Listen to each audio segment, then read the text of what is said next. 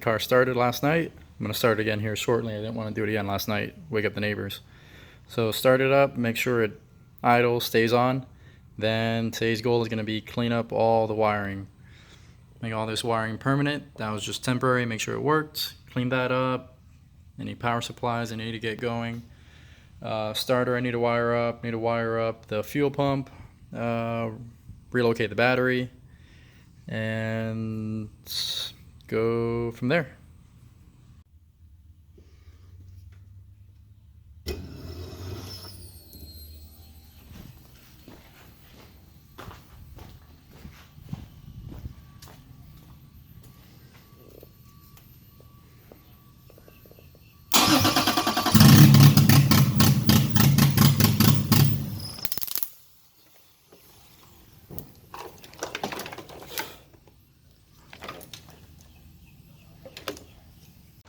Try this again.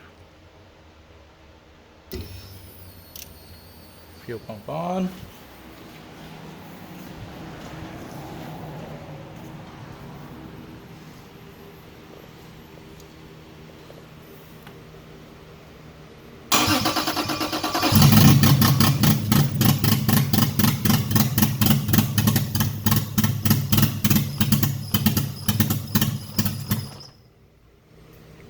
It runs. So I went ahead and pulled off the intake manifold because I didn't have any gaskets on it. I just wanted to start it. So I wanted to clean up the wiring underneath it. But one thing I forgot to do earlier was plug this pipe for this coolant bypass that goes around the engine.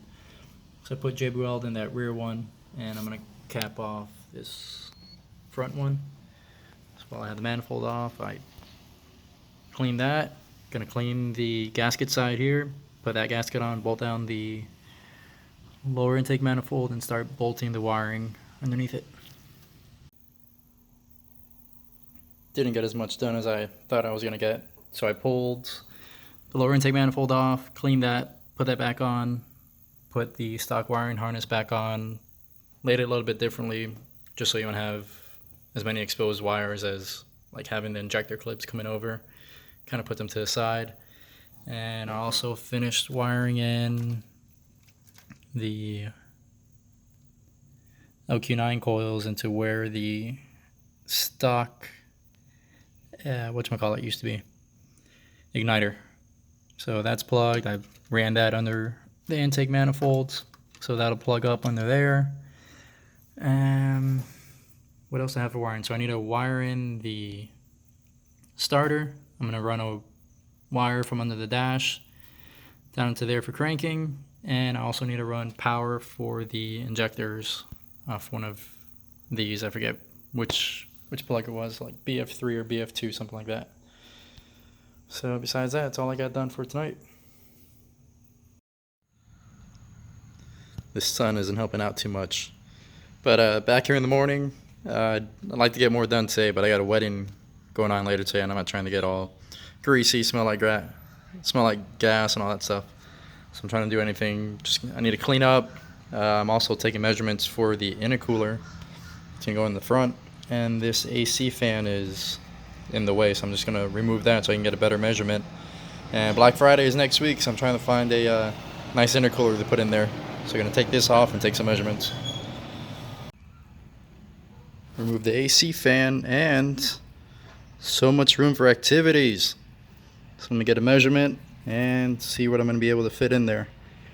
Sweet!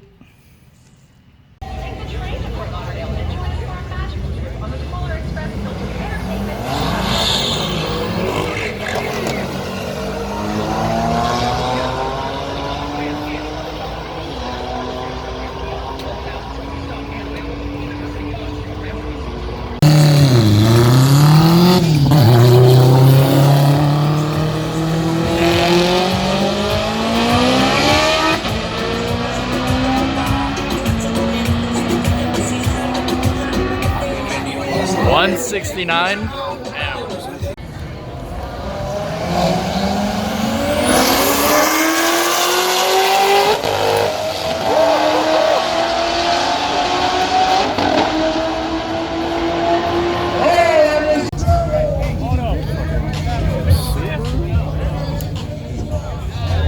brakes on the back.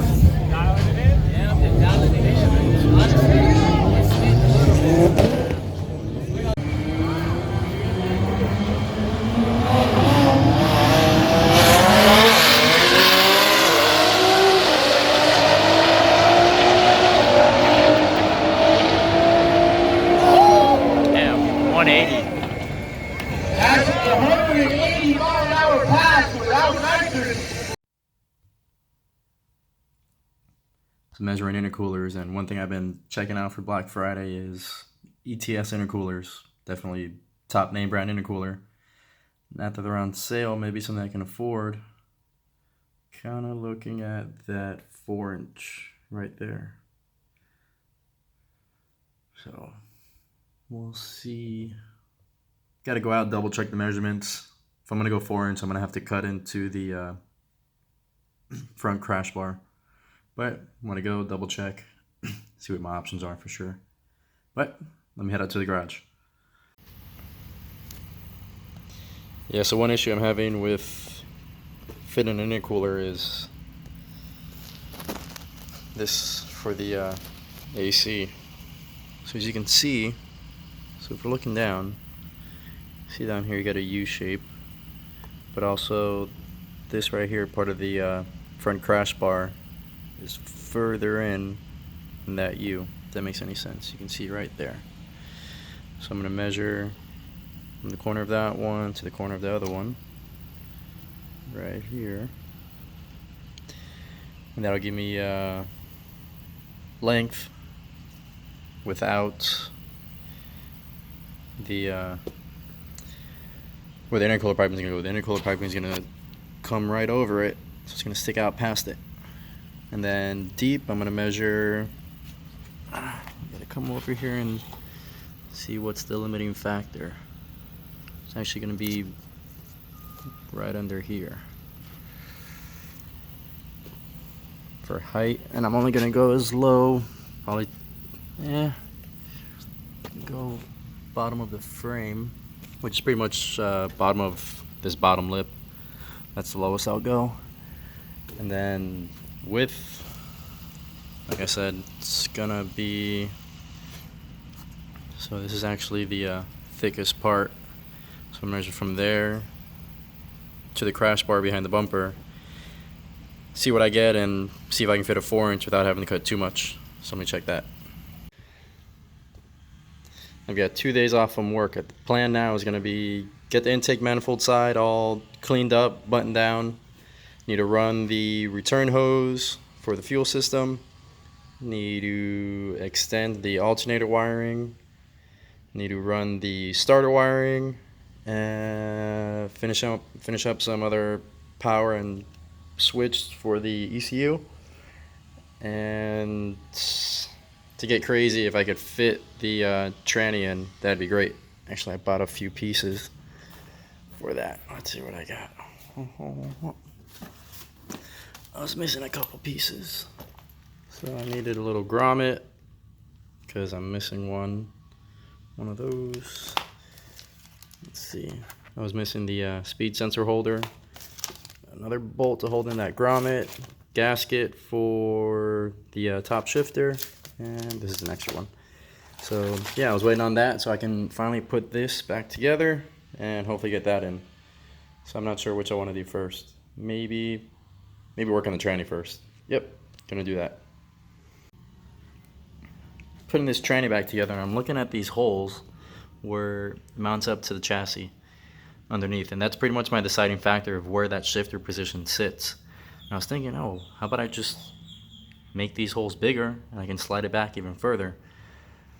But the problem with that, a lot of people were telling me, oh, you have the excessive manufacturing motor mounts. You can just slide it forward, slide it back as far as you want.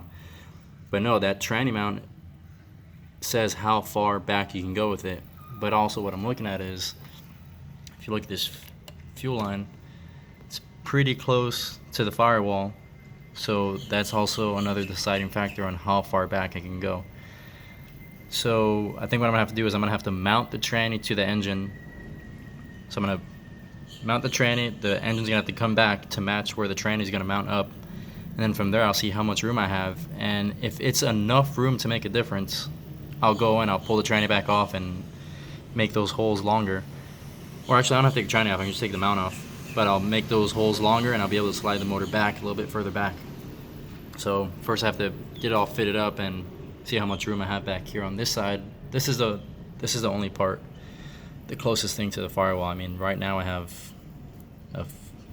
just a little bit more than a finger, which honestly that's probably the least amount that I want. So let me see how it fits first. This C-clip was the death of me, mainly because I don't have C-clip pliers and it was just a pain in the ass to get it on. So I got that on. I'm gonna put the pressure plate and clutch into the transmission housing, put it under the car, and see if I can get it fit by myself. It's kind of hard to tell here, but if I look over here, there's a tranny attached to my motor. It took me a little longer than expected. It was kind of hard to do it by myself, but I got it done. See the pressure plate inside there that I'm gonna have to line up, tighten down. So what I'm gonna do now is finish putting in the rest of the bolts, finish tightening them up, and then I need to slide the motor back so I can get this tranny mount to line up to the holes up here. And I guess I'll go ahead and put the drive shaft in as well, tighten that down. So drive line will be out of the way, and hold on. Something came up while I was in the middle of doing this. Buddy of mine called me, he's like, hey, call this guy, he's got some stuff for sale. Well, I ended up buying 373 Mark III LSD. So something else, check off the list that I got done, and I'm gonna have to buy the drift motion kit to get that in there. But awesome, another thing off the list. Let me finish up with this driveline. Alright, that took a lot longer than it needed to, but there's an R154 in my Cressida hooked up to the motor. Drive shaft is right there, that's not a big deal to hook up. So tomorrow the plan will be pressure plate, drive shaft, get that done, and actually check this out.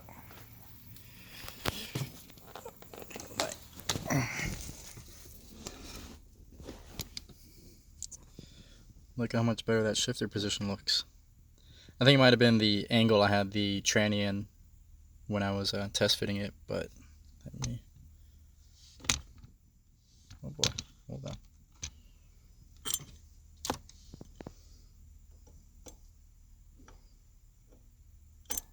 Oh, missing a piece. So, I think you guys remember I was trying to install this and the shifter wasn't shifting into the odd gears.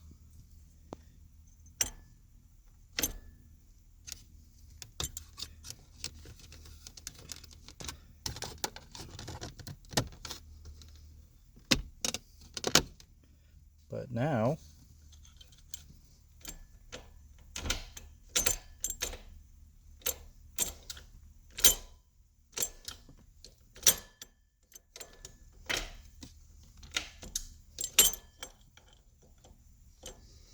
and it's not bolting down, so it's giving me a little bit of trouble. But you can see now it's fitting and it's going into every gear without hitting anything. So perfect. Glad I didn't spend the money to try to extend that. So I'm gonna have to make some type of boot down here to keep any fumes from coming in, and a shift boot up top as well. So awesome, proud of that today.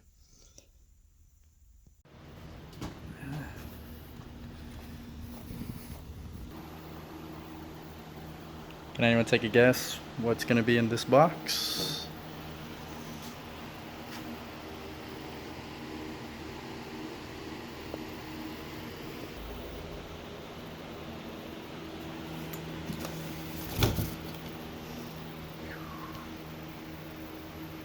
Nice size intercooler, and it's pretty heavy.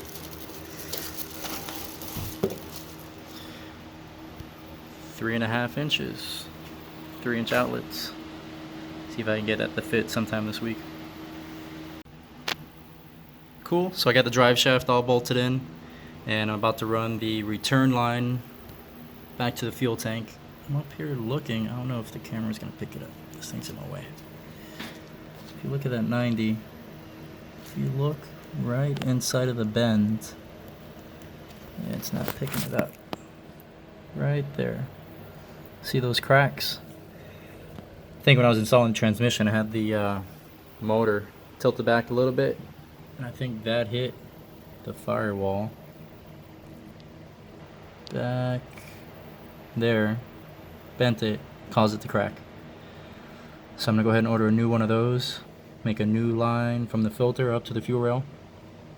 Not a big deal, it's better to be safe than sorry. Last thing you want is that to start seeping gas or have a catastrophic failure and get gas all over the place and the whole car catches on fire. So it's not worth the 20 bucks of a new swivel. But I can keep working, gonna get this return line routed to the back of the tank. I gotta pull the fuel hanger out. Let me see. The garage has been a mess. So I need to pull that hanger out, drill a hole for the return, and run the line. Took the fuel hanger off and made a new hole for the return line. -6 on a 90-degree bulkhead. Just use a little step bit, and now I just got to run the line from the front to the back. -6 return. Ran it all the way to the back, measured out where I'm going to cut it, put some electrical tape right here. Cut that, put the straight -6 fitting on, 90-degree bulkhead, and I'll be done with the fuel pump hanger. Then I just have to wire in the fuel pump. Oh, this light is horrible. But -8 feed, -6 return, done, placed, drilled the fuel hanger. So I got the 2 bulkheads going into there. That's done. Fuel system's done. Besides changing that 90-degree off the back of the fuel rail that I need to order. So now I'm going to go ahead and put these pressure plate bolts in with some Loctite.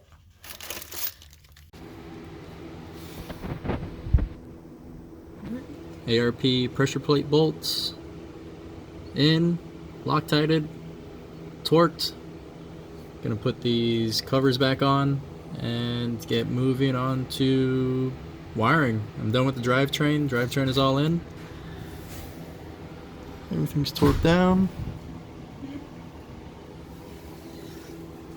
And I can move on from here. Oh, I'll have to put the shift fork and slave cylinder on too.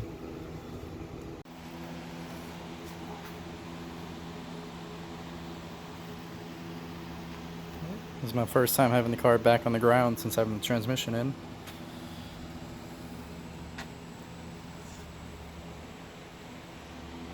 Coming along, coming along. So I gotta clean up all this wiring here on this side, relocate the battery, and fit the intercooler. So I think tonight I'm just gonna finish off by working on some wiring. I was going to work on the wiring, but I think since I still have a little bit of daylight out, I'm going to go ahead and install the excess manufacturing clutch pedal. That way I have the whole driveline done and set up. So I have the early 90s Celica master cylinder drift motion braided line and the excessive manufacturing pedal. And comes with instructions, so how bad can you mess it up? And now that I think about it, there's no clutch pedal on this assembly. I mean, there's no clutch sensor. So how are you going to activate two-step? Thinking maybe, you know what, I'm going to leave this out, find the clutch sensor, and have it have a fabricator weld something on so I can screw that in and hook that up to the ECU. So I'll skip on this. Add that to my things to do, and now I'll start on the wiring. Didn't get too much done with the wiring, but I'm identified plugs I'm not going to need. I'm going to follow them back as far as I can, cut them off so I can get rid of those. And I found one of the plugs that I don't need. Plugs right into the alternator. So I'm just going to reuse that to extend the stock alternator wiring. But that's as much as I've gotten wiring done on today, and that's pretty much it for tonight. One thing I wasn't able to record while I was doing it, I tightened down the crank pulley bolt 240 foot-pounds. Had gone out a few weeks ago, bought a torque wrench just for that. So got that done, don't have to worry about that. Now I just need to focus on the wiring. Once the wiring's done, I'll go ahead and fit that intercooler in there. Sweet, that's it for tonight. Filming. What is it, John? YouTube, comment, like this video if you like it. Watch some more if you don't like it. Horrible. Doing horrible.